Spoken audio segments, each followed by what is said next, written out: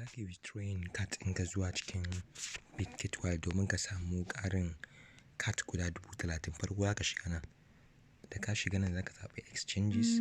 Gashi nan mutanen da suke turawa ne, ka dage ka yi sharp before mutane 200 farko suka yi.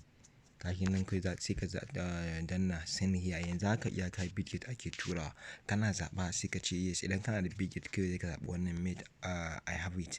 Nan za ka sauya ID ɗinka na Bitget, nan kuma address na kati, sai ka shiga cikin Bitget ɗinka. For instance, wannan ita ce Bitget tawa, zai shiga in ɗauko UID nawa first. Wannan shine UID nawa, gashi nan na yi copy na shi. Then sai kuma address na kati, shi ma zan ɗauko address. Oh sorry, ba kati ba, cards. Za ka danna nan inda aka rubuta add fund, sai ka taɓa deposit crypto, then sai ka yi searching cards. Kana searching cards, then gashi nan zai baka address na shi cards ɗin. Gashi nan ya bani, kai zan yi copy na shi. Da na yi copy shi kenan, na dawo cikin nan, then sai na yi pasting address ɗin a nan.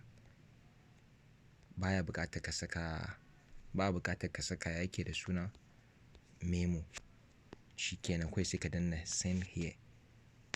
To ina jin saboda ko an yi musu yawa shi kenan, you are eligible. Kaga yanzu na zama eligible da samun airdrop nasu. Shi mutum sai sharp sai ka danna withdraw card. That's all. In kana so nan ka canja exchanger ne, amma yanzu dai ni nan na riga na yi withdrawing zuwa wannan ɗin. That's all. Yana pending, amma dai na shiga cikin list.